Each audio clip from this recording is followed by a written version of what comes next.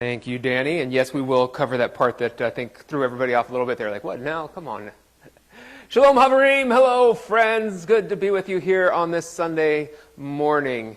I'm sure many of you are familiar with those large goldfish. You see them in ponds at people's homes. They maybe keep them intentionally. Even like a local Chinese restaurant has koi fish. You've seen kois? Okay, so you've seen koi. You know what they are. They're just like really large goldfish. And I don't know, maybe they are in the goldfish family. I'm not sure how that works. But I learned recently that koi have a certain way of protecting themselves in the wild. When koi are in the wild, they tend to go around in groups of 4. So then when a predator comes up to this group of 4 koi, one of the koi will break off and go a different way and draw the predator away, while the koi A, koi B, and koi C kind of go off in their own way and they're safe. So those 3 koi go one way, and the other koi leads the predator away. That one is the decoy.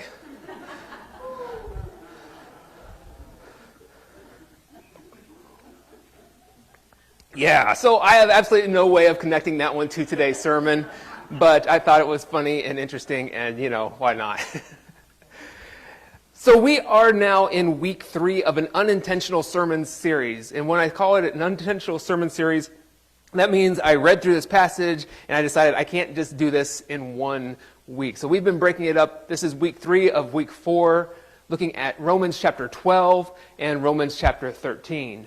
Next week, Romans chapter 13, we will be looking at Christian nationalism. Calm yourself down now.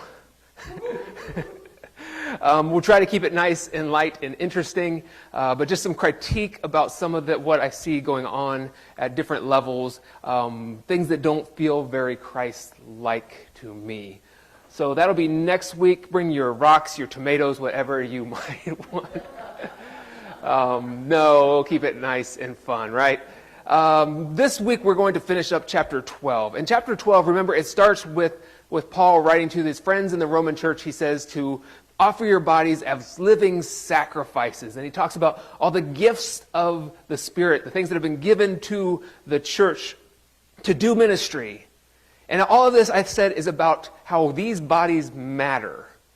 This is not simply about praying a certain prayer and going to heaven when you die. What you do with this body matters here on earth. And not only what we do with our bodies, how we treat and respect other people's bodies matter. So today we have this passage that shouldn't sound weird to you. If you've ever heard the words of Jesus before, you're like, Paul, you're just knocking this guy off, right? Not knocking him off like in that violent way, but like a knockoff of what Jesus has said. He's not citing his sources, but it sounds like he's quoting the Sermon on the Mount. I've heard this before. Love your enemies. Pray for those who persecute you. Well, I think that's actually a good thing. There's this consistent message from the words of Jesus to the words of Paul directed to the people of Rome. But I know I can't skip over today's passage because this will influence how we read Romans 13 next week. When we look at the passage that says, submit to the governing authorities. We have to read that in the context of this passage about loving other people, even your enemies.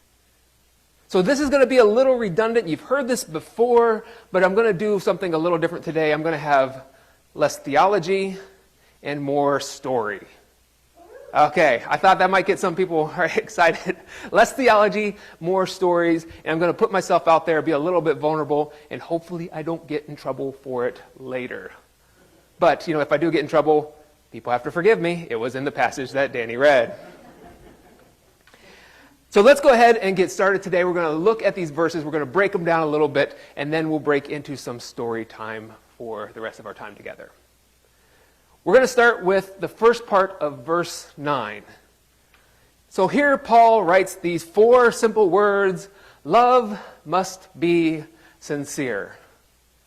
And isn't that a weird phrase? If you think about it, you can't fake loving someone, can you? Can maybe some of you have been trying for years to show, no, this, you don't fake love. Love is love. You can't pretend to love somebody and get away with it. Maybe if you do, why? The love must be sincere seems like a really strange way to start off a passage to me. And then you start breaking it down like we do into the original languages, and it gets even weirder. The word that we translate as sincere actually comes from the word that means hypocrite. And he says, don't be a hypocrite when you love other people.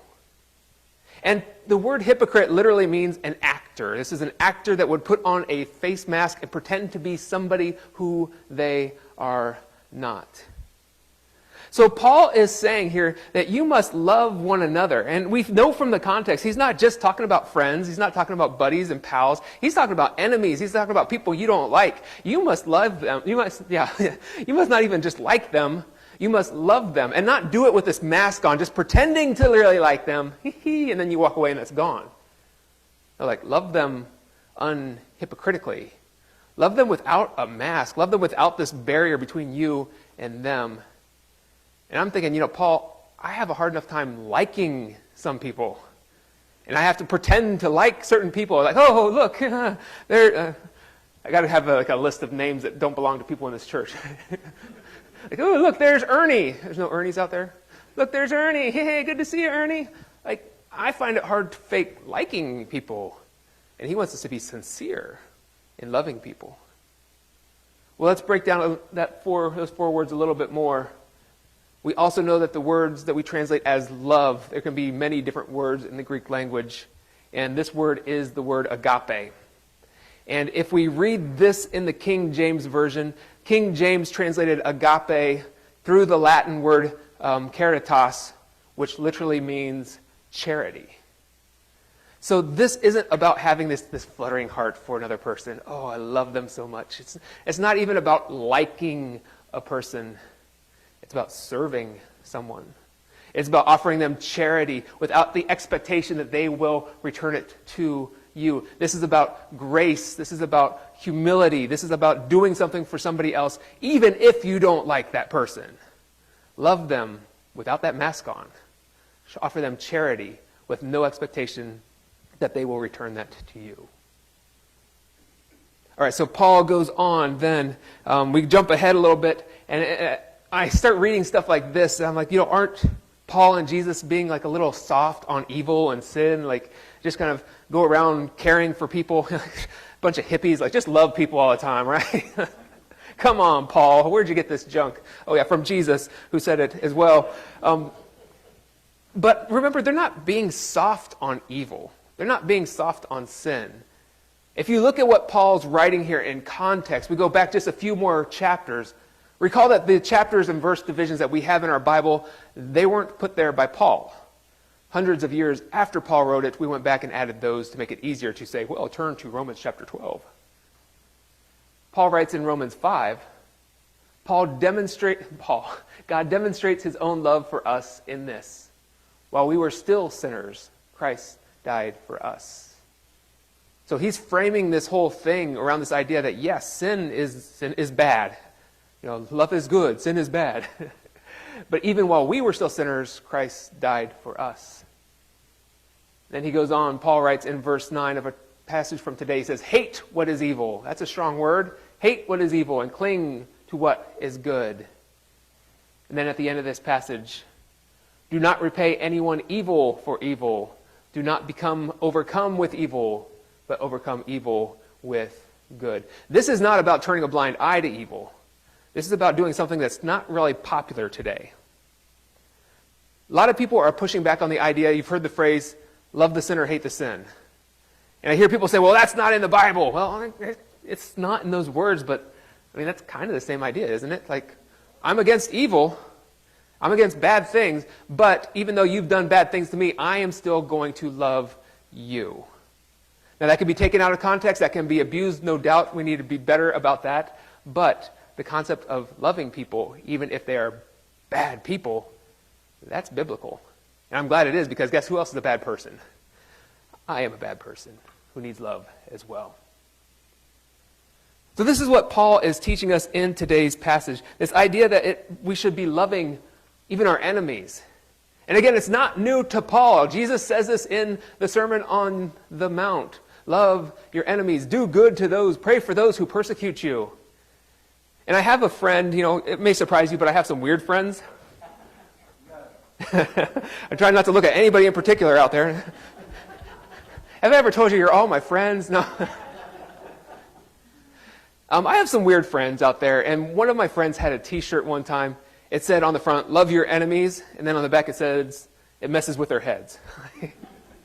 Like, okay, that's kind of funny, that's kind of cute. Not really the point, but that's all right. I think that he's taken this teaching of Jesus and maybe misunderstanding the purpose for it.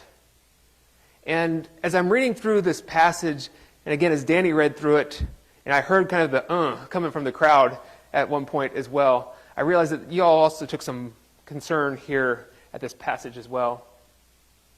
Because Paul says this, kind of follows the kind of teaching of my friend's T-shirt. If your enemy is hungry, feed him. If he is thirsty, give him something to drink. Okay, you know what? Let's just pause there. I can do that. That's great. But he doesn't stop there. He says, in doing this, you will heap burning coals on his head. Can I get an amen? Oh, Paul, come on, you were doing so well. Like, what is that even? Like, that's not really forgiveness. That's not really caring for another person. First thing I would say is Paul's not saying this like original to him. He also does not quote his sources here. He's quoting from, I think it's Proverbs chapter 25. So it's word for word, verbatim from Proverbs 25. That doesn't really help the problem I have because that's also in the Bible. So what do you do with this idea that when you give someone food or drink, if they are your enemy, you are heaping burning coals upon their head? There's a couple ways to look at this. I don't like them all. One that I think is cute but doesn't really quite land for me is this idea that this is for the purification of your enemy's thoughts. Yeah, I know. Like, okay, think about it like this. In Isaiah, the book of Isaiah, before he begins his time as a prophet, an angel descends to the soon-to-be prophet Isaiah. And he takes a hot, burning coal, and he presses it upon Isaiah's lips, and he purifies the speech of Isaiah so that he may be a prophet. And we have this idea throughout the Bible, this idea of a refiner's fire. It burns the junk up in our lives and allows us to be pure. I like that idea. I like that teaching that what Paul is saying here is if you feed the hungry, clothe the naked, give water to the thirsty, if they are your enemies, you're going to purify their thoughts. I love that idea. I just don't think that's what he's talking about. I do think he's talking about punishment on these people. But if we read it all in context, the whole passage here reminds us that punishment for those who are wicked, those who are evil, those who have sinned against us, the punishment that they are to receive doesn't come from us. We're not the ones punishing these people. Even if we want to put burning coals on their head, don't point fingers, please. Even if we want to put burning coals on, hopefully you don't really want to do that. This is a metaphor. And I think what Paul is saying, vengeance is the Lord's and not ours. If they're going to be punished, it's going to be God's doing, not ours. You don't have to save up your charcoal at the end of a barbecue.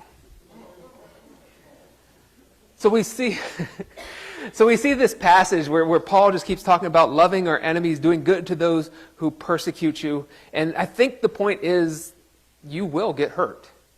Like, you will have people say things about you. If you are a follower of Jesus Christ, if you're a human being at all, someone's going to hurt you. The point is, we are still called to love the people, to show them the love of Jesus. And I really appreciate the words of Martin Luther King Jr. It's probably one of my favorite MLK quotes. That's hard to say. Comes from Martin Luther King Jr. He says, "Darkness cannot drive out darkness. Only light can do that. Hate cannot drive out hate. Only love can do that."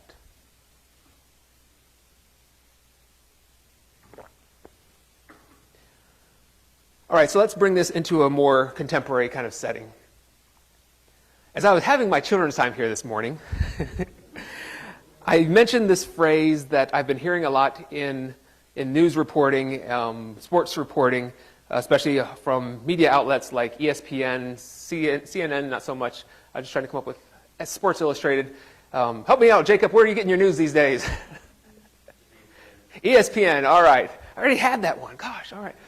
And if you watch these interviews on sports outlets, you'll hear that phrase about keeping receipts.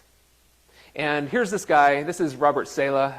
He's actually of Lebanese descent, coaching the New York Jets. He started, I think, in 2020. And I first heard the phrase keeping receipts. I'm keeping receipts from Robert Saleh. And then just this last off season, the new coach for the Colorado Buffaloes, Deion Sanders, uses the phrase actually quite frequently. And I chose this picture because I like it I like him in the cowboy hat. Something about that. Again, the idea is that these coaches came into really bad situations. So the Jets, let's start with the Buffaloes. Colorado Buffaloes, Deion Sanders' team. Last year, do you know how many games they won? One. They won. They won one game. The Jets, the year before Saleh took over, they had a much more productive year. They won twice as many games. They won 2 games. Of course, it's the NFL and they play a lot more games. If you know nothing about football, that's not a good record. They didn't come into a good situation. So this media outlet, they're all saying, these guys, like, I'm really glad you're here. Like, you're bringing energy to this club, but you're not going to win. Like, it doesn't work like that. You don't just come in, bring your prime time jacket. Like, he's got his own line of clothing and all that. You don't just bring all this into an organization and turn it around in a year. You don't just take on the New York Jets, which they've been lousy. Any Jets fans here? I thought you were raising your hand. No? You don't just take on the Jets organization that have been lousy for years and turn that around. So people are saying this. You know, news media today, they get paid by the clicks. They get paid by the listens and the views. So they're saying kind of outrageous things, and guess who was taking notice? Well, these coaches. So Saleh starts this phrase. He's like, I'm keeping receipts. I'm keeping track of all those transactions. You know, I have on there every time that somebody from ESPN said this or somebody from Sports Illustrated said that. I've got all of these receipts that one day I can go back and look at it, just what you said, and use that and say, see what we did? We got Aaron Rodgers. You see that? Take that. We got Shedeur Sanders putting up 500 some yards. Yes, I'm watching too much football these days. So it's research, that's right. It's billable time. So all this is going on, and I remember, like, I'm so old that we used to talk about having the bulletin board material. Like, a coach or a team would say something, and you cut it out of this thing called a newspaper, and you put it on the bulletin board. And I remember when I was in high school, one of the local coaches, you guys don't know who they are, Smithville High School basketball coach, said before they played my team in high school, said, we will win this game. Oh, I cut that out and I put it on the bulletin board in the locker room at my school. These things are excellent motivators. Remember the feeling you had when somebody said that about you. Remember the experience that you were going through at the time. And I love this picture right here. It's a picture of Stefon Diggs, receiver for the Buffalo Bills. This was not this past season, but the season before. And you may notice that he is standing there at Arrowhead Stadium in Kansas City. He is watching the celebration after the AFC Championship game, standing there, taking it all in. But guess what? His team didn't win that game. He's taken in all of that experience, all that anger, all that pain, all that feeling of being left out, missing out on this opportunity, and he wants to remember that. He's going to take that with him into the next season. He is keeping receipts. That's a good motivator. That'll help somebody the following football season. Didn't really help the Buffalo Bills, but that's a story for another time. Only goes so far. So I have found myself, and this is where I get a little real with you, I found myself taking on this mentality that I'm keeping receipts. I have been hurt a number of times in ministry, in my academics, and just like, oh, I'm going to use that. I'm keeping receipts. And it's not only when people hurt me, it's when people hurt my friends. Like when other people experience pain because of something someone else said or someone else did. Like, okay, well, I hear you right now. Guess what? I'm keeping receipts. I'm going to write that down. And if we come back to it, I'm going to remember what you said. And not only that, like there's not many things that I'm really like good at. I'll be honest, I'm not the most talented at a number of things. I could go through the list, but you already know me. But one of the things I'm actually kind of good at is I'm good at finding holes in other people's arguments. Like, it's not one of like the spiritual gifts that Paul lists. To some he gives the gift of prophesying, others the gift of tongues, and to others poking holes in arguments. But like, I can listen to somebody's argument and I can tell you, like, here's why this doesn't actually land like you think it should land. This doesn't make sense like you think it should make sense. I've studied rhetoric, which is the art of winning an argument. And I know something like, it's called the logical fallacies. Are you familiar with the logical fallacies? If you ever want to win an argument, take some notes right now. Logical fallacies are how logic breaks down when people are making these arguments. They think that they're making a really good point. Well, you can point to this and say, well, here's why that doesn't stand up. So I've studied logical fallacies. I've lived logical fallacies. And often they're given these Latin terms. You've probably heard some of these, like the post hoc ergo propter hoc argument. I rolled my R there. Sorry, that's the wrong language. The post hoc ergo propter hoc. Logical fallacy. The ignoratio elenchi logical fallacy. And of course, the one you probably would have heard of is the ad hominem logical fallacy. Those are all fancy Latin words. If you really want to win an argument, you just tell somebody, well, truly, you've fallen guilty of the post hoc ergo propter hoc logical fallacy again. And they can't argue with that. Like, I'm sorry. Well, forgive me. Probably know them better by words like false cause, a straw man argument, or a personal attack. So let me give you a few examples. So for instance, if I was going to argue, and I would never do this, if I was going to argue that it was more healthy to eat meat and not eat a vegetarian diet, I might go and tell you about the Brontosaurus. You know, the Brontosaurus lived many years ago, a large, powerful creature, and they ate nothing but branches and leaves and plants. They lived a vegetarian lifestyle. How'd that turn out for them? They died. And you don't see any Brontosauruses today. Therefore, their vegetarian diet is bad for you. That is a post hoc ergo propter hoc argument. You are getting the wrong causation.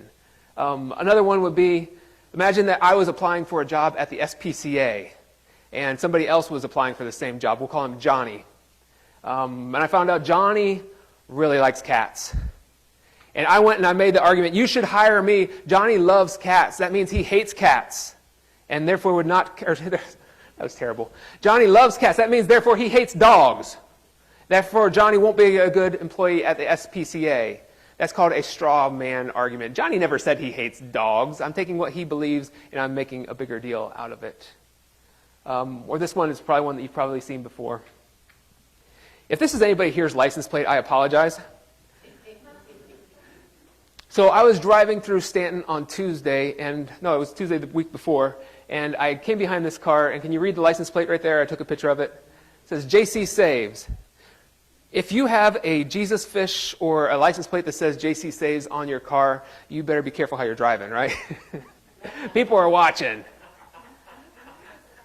But I took a picture of this not just because of what the license plate says, but because of the bumper sticker that he had in the window. And I chose to blot out the pictures of the two political leaders that he had on this bumper sticker, calling them dumb and dumber. There is no effort to address their politics or even their personalities. It's just a personal attack. This is an ad hominem attack. So I've got all of this stuff like in my pocket, right? I've got all of this information in my bag of tricks. And there are people within my conference that have really irked me at times.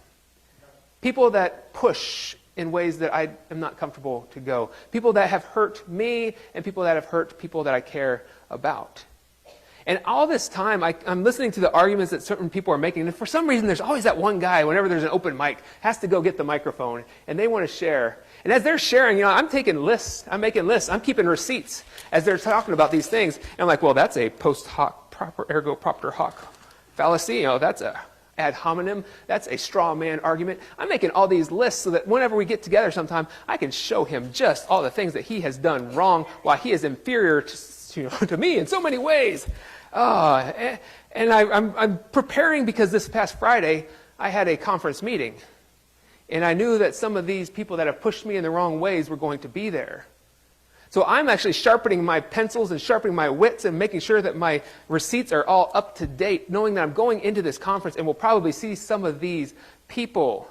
This event took place on Friday, and I start writing my sermon on Thursday.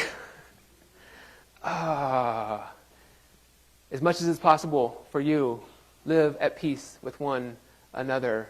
Love one another. Love must be sincere. Don't go into it hypocritically. Love what is good. Hate what is evil. And not only did we go into this meeting with this now in my mind, as we sat down at a small group table, we sat around tables, there's a table of maybe, I think, 6 people. One of the people that was sitting at my tables was one of the guys that's really pushed me wrong here recently. And we went around the table and everybody was asked to give their favorite Bible verse. And a different guy at the table quoted the passage that says, as much as is possible, live at peace with one another, from today's scripture. I realized that I had been keeping receipts. And keeping receipts will make a great motivational speech before a football game. But it's really not a helpful way to come into a group of believers with brothers and sisters trying to do the work of the church. Now, it doesn't mean I ignore evil. It doesn't mean I ignore the way that I've been hurt or others have been hurt by this guy. But we don't do it by trying to show them the list of receipts that you've been keeping. You do that appropriately, one-on-one, face-to-face. Don't turn a blind eye to evil. Hate what is evil, but do so in an appropriate way. And I realize that my examples don't necessarily land for a lot of people here today. So imagine that you are going into the office one day, and you park in the same spot every time. You park in the same spot every time. You don't have an official parking spot, but you pull in and somebody's in your spot. What name haven't I used yet? It's Dylan. Dylan has parked in your spot once.